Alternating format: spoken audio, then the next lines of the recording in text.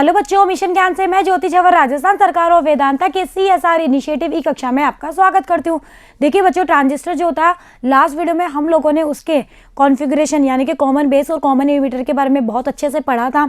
आज हम पढ़ने वाले ट्रांजिस्टर के उपयोग के बारे में।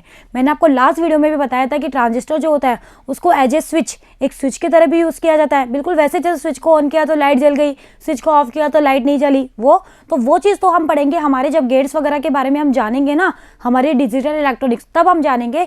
और ट्रांजिस्टर जो होता है उसको प्रवर्धक के रूप में भी यूज़ किया जाता है। तो आज का जो हमारा टॉपिक है वो यही है, ट्रांजिस्टर एज ए एम्पलीफायर। प्रवर्धक को बोलते हैं एम्पलीफायर, कि हम ट्रांजिस्टर को प्रवर्धक की तरह यूज़ कर सकते हैं। अब प्रवर्धक क्या होता है पहले ये तो जाने, कि भाई यूज़ तो कर लेंगे लेकिन पहले ये तो जाने कि आखिर प्रवर्धक क्या होता है। वैसे ये चीज़ लास्ट वीडियो में भी आई थी, तब मैंने आपको बताया था कि हम जब आगे इसको डिस्कस करेंगे तब समझेंगे। तो हेडिंग लगाइए ट्रांजिस्टर एम्पलीफायर। देखो, एम्पलीफिकेशन क्या होता है, यानी कि प्रवर्धन जो होता है, प्रवर्धन वो होता क्या है, आपने जो निवेशी संकेत दिया उसके मान में वृद्धि करना, यानी कि आपको आउटपुट के ऊपर जो संकेत प्राप्त हो ना, उस निवेशी संकेत का जो आयाम है वो हमारा आउटपुट की तुलना में कम है, यानी कि आउटपुट में हमें ज़्यादा आयाम प्राप्त हो रहा है और निवेशी पे हमने कम आयाम वाला संकेत दिया। तो इसी चीज़ को बोलते हैं प्रवर्धन करना, यानी कि हमने उसके आयाम में क्या कर दी, वृद्धि कर दी। और इस वृद्धि के लिए हम जो युक्ति यूज़ करते हैं ना, उसे ही हम एम्पलीफायर यानी कि प्रवर्धन कहते हैं। ओके बच्चों, तो निवेशी संकेत के मान में वृद्धि करने की घटना तो प्रवर्धन कहलाती है, और जो युक्ति प्रवर्धन में प्रयुक्त की जाती है उसी को प्रवर्धक यानी कि एम्पलीफायर कहते हैं। अब देखो, एक टैबलेट पॉइंट है, वो आप ध्यान रखना कि जब हम एम्पलीफायर से एम्पलीफिकेशन करते हैं ना, तो हमारा जो संकेत होता है ना, ना तो उसकी आकृति बदलती है और ना ही उसकी आवृत्ति बदलती है, सिर्फ और सिर्फ उसका आयाम बदलता है। क्या बदलता है? ओनली आयाम। उसकी आकृति और उसकी आवृत्ति दोनों ही परिवर्तित नहीं होती है। ओके बच्चों, चलिए अब बात करते हैं प्रवर्धन गुणांक की, कि एम्पलीफिकेशन कांस्टेंट, इसे हम कहते हैं धारा, इसे हम कहते हैं लाभ, यानी कि गेन भी कहते हैं। प्रवर्धन जो गुणांक है या फिर गेन होता क्या है, प्रवर्धक के लिए निर्गत और निवेशी जो संकेत होते हैं, चाहे निर्गत धारा हो या निर्गत वोल्टा हो या निर्गत धारा हो या फिर आउटपुट वाली धारा हो, यानी कि इनपुट वोल्टेज हो या आउटपुट वोल्टेज हो या फिर इनपुट करंट हो या आउटपुट करंट हो, तो इनका जो अनुपात होता है ना, वही हम कहते हैं प्रवर्धन गुणांक। जैसे धारा प्रवर्धन गुणांक और एक आएगा वोल्टेज प्रवर्धन गुणांक। जब धारा प्रवर्धन गुणांक या धारा लाभ की बात करो तो निर्गत धारा और निवेशी धारा का अनुपात कर दो। जब वोल्टेज की बात करोगे तो निर्गत वोल्टता और निवेशी वोल्टता कर देना, बस। तो इसे हम कहते हैं AI का मतलब है एम्पलीफिकेशन कांस्टेंट और I का मतलब है करंट, यानी कि धारा लाभ।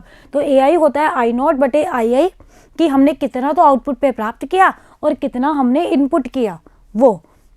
ओके, और देखो ऐसा होता है कि जैसे हमने कोई निवेशी संकेत भेजा, यहाँ हमने कोई एम्पलीफायर लगा दिया जिससे हमें निर्गत जो लोड के ऊपर प्राप्त हुआ उसका जो आयाम है वो बढ़ गया। निवेशी से हमने जितना भेजा ना, निर्गत पर हमें बढ़े हुए आयाम वाला बढ़े हुए आयाम वाला हमें आउटपुट प्राप्त हुआ। ओके बच्चों, चलिए अब देखो, वोल्टा प्रवर्धन गुणांक है वोल्टा लाभ, वही आउटपुट वोल्टेज बटे इनपुट वोल्टेज, इसको कहेंगे AV, V आउटपुट बटे V इनपुट। शक्ति प्रवर्धन गुणांक, अब इसमें एक चीज़ और आ गई, शक्ति आ गई, तो हमें पता है कि शक्ति जो होती है उसको हम धारा और वोल्टेज की फॉर्म में भी निकाल सकते हैं। तो शक्ति प्रवर्धन गुणांक या शक्ति लाभ क्या हो जाएगा, निर्गत शक्ति बटे निवेशी शक्ति, तो P0/PI। अब आपको अच्छे से पता है कि जो P होता है वो V/I होता है ना। शक्ति जो होती है वो वोल्टा और धारा का गुणनफल होती है। तो P0, ये P0 ऐसे आएगा, P0 कितना हो जाएगा, V0 I0, PI कितना हो जाएगा, VI/II। तो यहाँ पे वैल्यू पुट कर दो इसमें P0 और PI की। तो जब AV निकालेंगे तो AP निकालेंगे तो वो कितना आएगा, AV/AI, यानी कि हमारी धारा लाभ और वोल्टा लाभ वाली जो शक्ति, धारा लाभ और वोल्टा लाभ जो है उसका जो गुणनफल है वही हमारी क्या कहलाती है, हमारी शक्ति लाभ कहलाती है। AP कितना आ गया, AV/AI आ गया। इजी है। चलिए, मैं ये चीज़ आपको क्यों सिखा रही हूँ, क्योंकि आगे हम निकालने वाले हैं। अभी हम ट्रांजिस्टर को एम्पलीफायर की तरह यूज़ करेंगे ना, तो वहाँ हम ये सारी चीज़ें निकालेंगे। इसलिए अब हम बात करते हैं उभयनिष्ठ उत्सर्जक प्रवर्धक की। हमने एम्पलीफायर क्या होता है इसके बारे में जान लिया, एम्पलीफिकेशन क्या होता है इसके बारे में जान लिया, हमने धारा लाभ, वोल्टा लाभ, शक्ति लाभ, इन सब के बारे में जान लिया ना।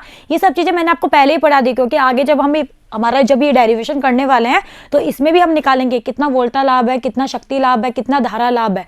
ओके, तो हम लोग एम्पलीफायर के रूप में किसको यूज़ कर रहे हैं, कॉमन इमीटर को। यानी कि उभयनिष्ठ उत्सर्जक प्रवर्धक को हम लोग एज ए एम्पलीफायर यूज कर रहे हैं।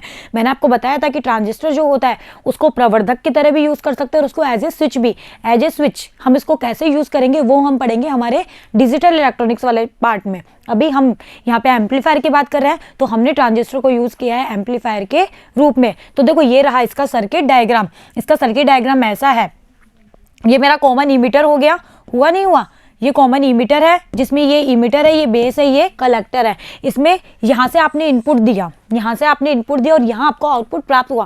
लेकिन आपको डायग्राम में कुछ नजर आ रहा है, आ रहा है क्या? देखो यहाँ से मैंने इनपुट दिया इस तरह से और जब आउटपुट मिला तो इस तरह से, यानी कि यहाँ पर कला परिवर्तित हो गई। और कितना कला कितनी है? 180 डिग्री, 180 डिग्री पर हो गई ना। तो ये चीज़ हम आगे पढ़ेंगे भी अभी, ओके? तो ध्यान रखना।